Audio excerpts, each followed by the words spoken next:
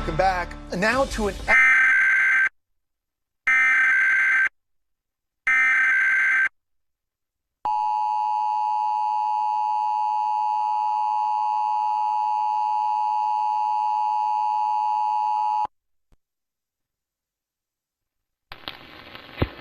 This is a test of the National Emergency Alert System. This system was developed by broadcast and cable operators in voluntary cooperation with the Federal Emergency Management Agency, the Federal Communications Commission, and local authorities to keep you informed in the event of an emergency. If this had been an actual emergency, an official message would have followed the tone alert you heard at the start of this message.